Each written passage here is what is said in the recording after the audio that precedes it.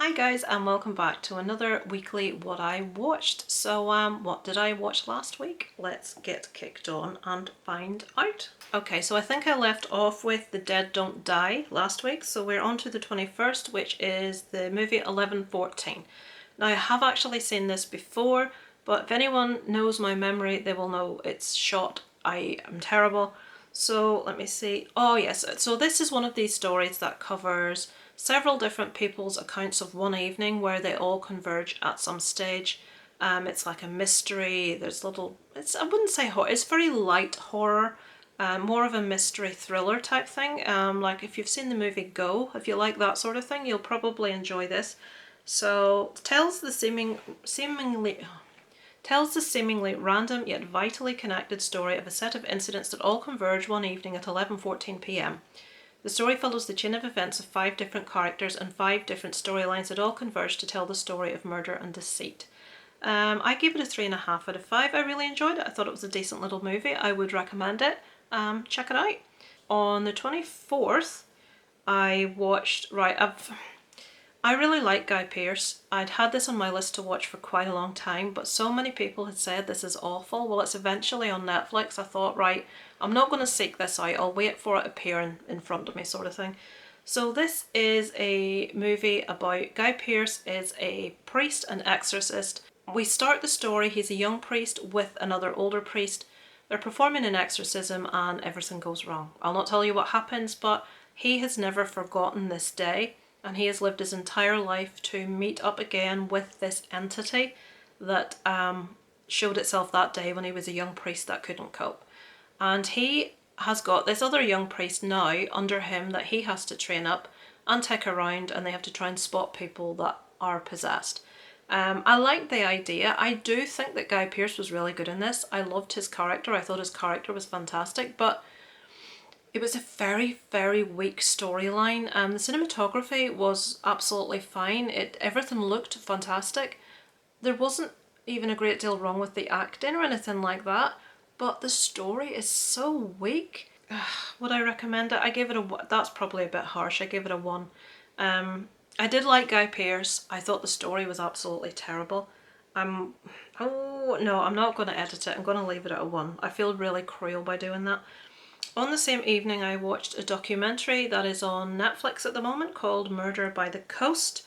Right, yes, this is about a young teenage girl who is murdered horribly and about the potential suspects. This follows a police investigation, a person that they try for this on absolutely no evidence, and who they convict on this on absolutely no evidence.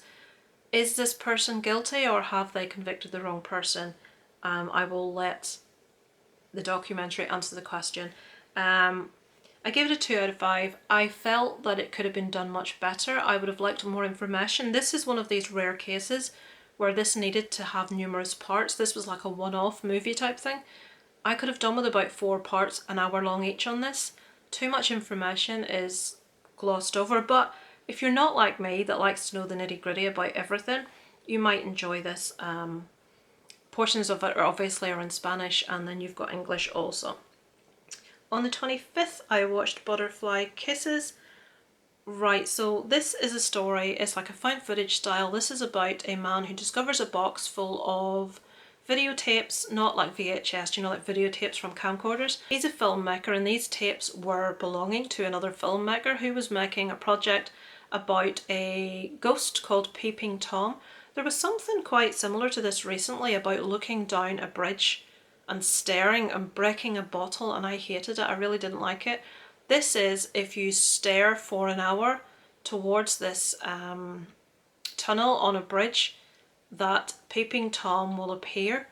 And he came up with the concept that if you use a camera as an eye, right, because it sees, it observes, obviously the camera won't blink, so he does this and records, and the entire film is around what was on those tapes, what he films, and is it real, is it a hoax? So that's the basic premise. I gave it a 2 out of 5. Again, really interesting premise. Thought they could have done a lot better with it.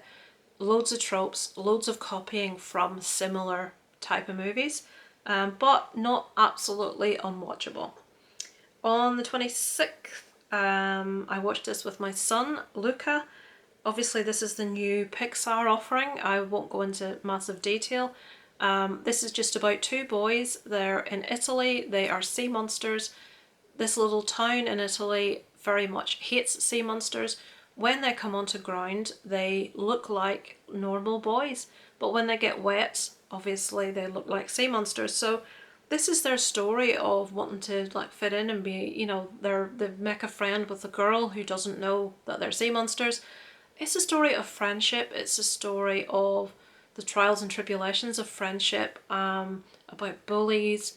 There's so much going on here. This is such a sweet movie. I really enjoyed this, and I feel it's got lovely lessons for kids, and I love it when movies have that. There's a lot of culture in this, which is another thing I love and what I adored so much about Coco.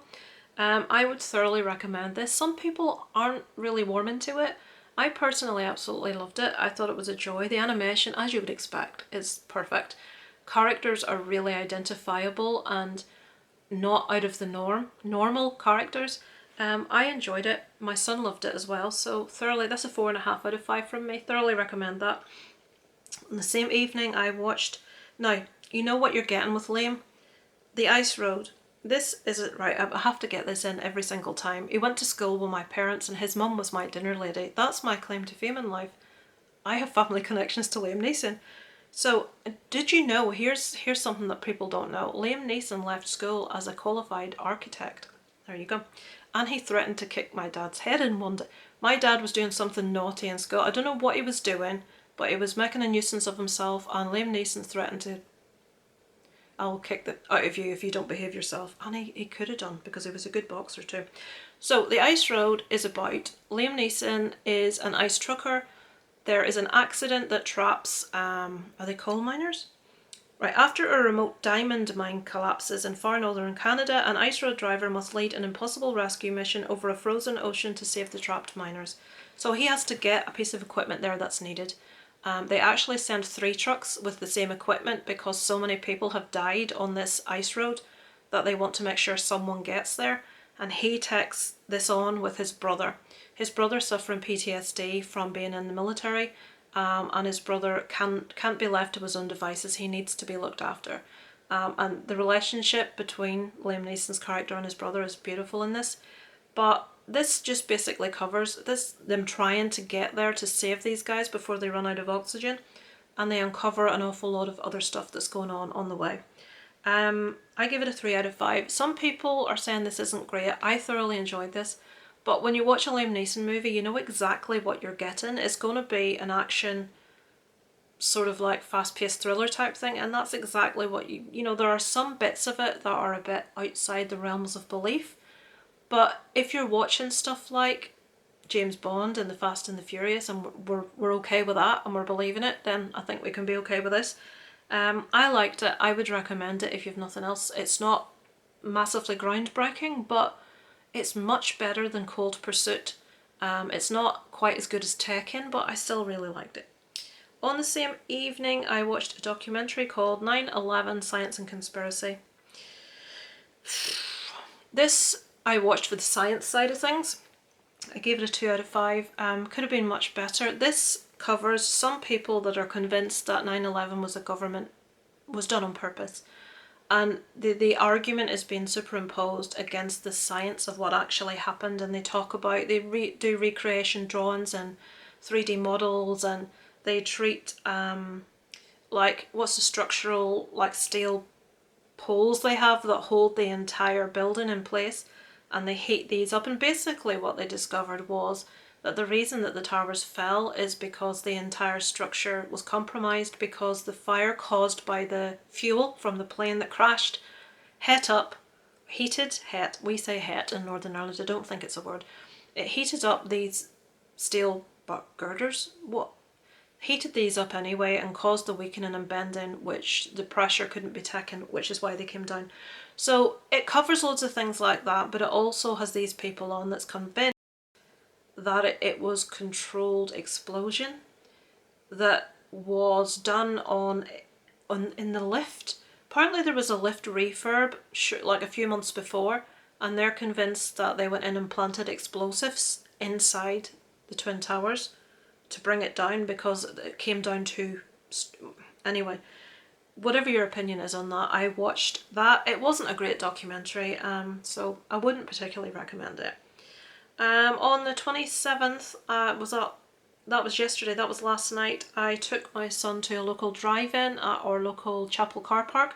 The kids were meant to have a drive-in at Christmas when the lockdown was still in place, like real heavy lockdown, but it was cancelled and they rescheduled it, and we had it yesterday, and we all sat in the blistering hot sun in our cars with the windows down.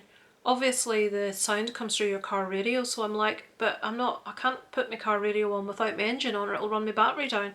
So I'm like starting the engine and leaving it running for like 10 minutes, switch it. Oh, anyway, Peter Rabbit. I don't so much mind the first one, the Peter Rabbit, it's okay. James Corden, just, I can't be doing with the guy, he annoys me. I think he's so intensely overrated. But I don't mind Peter Rabbit. Peter Rabbit 2 is terrible, but so it was Peter Rabbit. Didn't mind it, watched it. Same evening I watched Good on Paper. Right, this is actually okay. This is like a romantic comedy with a little bit of mystery thrown in. This covers a female stand-up who's really funny, awesome. And she's always meeting the wrong guys. And she meets this guy that is, as the title says, good on paper, but she does not fancy him. But he is everything that would make the perfect husband and boyfriend. And she's asking herself, why can I not be attracted to this guy? If he checks all your boxes, check again. So she's sort of thinking, should I give this guy a chance? And she discovers things about this guy as she goes on her journey. He's not all he seems, that's all I'll say. I quite enjoyed it. And finally, after that, I watched Short Term 12. Now, this has been on my watch list for a long time. I was actually prompted to watch it by Sean from Lost in the Reel, who did a video recently about little gems that other people may have overlooked. It's for his 2,000 subscriber contest. If you're interested, I've done an entry, go back and the link is in there. If you're not subscribed to Sean, I'm sure you all are, but he's doing a 2,000 subscriber. If you're not subscribed, the guy's awesome. So anyway, he had this movie in his Undiscovered Gems and I had it to watch, so I thought, right, I'm going to watch this. This is a movie about a group of young adults who are working in a home for children that have lots of different issues. They come from abusive homes, some of them self-harm. It's a really sad situation. You hear different young adults, you hear their stories, and there's one specific scene. It's not really a spoiler, it's really moving. This young lad is having his head shaved. He wants it really closely cut, but he's never been able to do it before because he suffered such abuse at home from one of his parents that he was scared that his head would be covered in lumps and scars, and he's just so nervous he can't even look in the mirror as they're doing his hair. And he said, is it okay? Are there any bumps? Are there any scars? What about the back? And then he just breaks down when they tell him, no, it's fine, it looks good. So we really get to the crux of these young people and their problems and their emotions. And we do connect with other younger people throughout this and their stories. But her that played Captain America, sorry, I have to, Brie Larson, she's the main female in this. And her boyfriend are actually two of the members of staff that work with these kids. But she very much has her own issues and her own past also that she's trying to deal with, that we cover in this as well. So this is a movie where not an awful lot happens in the way of like ABC, massive happening. This is just a snapshot of life, of these young people's tribulations, life's issues, and how others are trying to help them and how they're trying to heal themselves also. So yeah, I would thoroughly recommend that one. I thought it was brilliant. I thought it was really good. If you're someone that likes a really fast-paced movie with lots of things happening, then maybe not. If you're someone that's interested in the human emotion, in people, what makes people how they are, then definitely check it out. The acting is first rate, absolutely fantastic in this. And I think that's all I've watched this week. I haven't really been watching any series as such. I've been outside a bit more, trying to do a bit of gardening and the likes, so yeah, that's what's been going on this week, guys. Anything you would recommend for me to check out? I need to check what's showing in the cinemas this week, maybe have another trip back if there's something that looks good. But thanks for watching, guys, and I'll catch up with you again in my next What I've Watched. Over and out from Lisa Lives.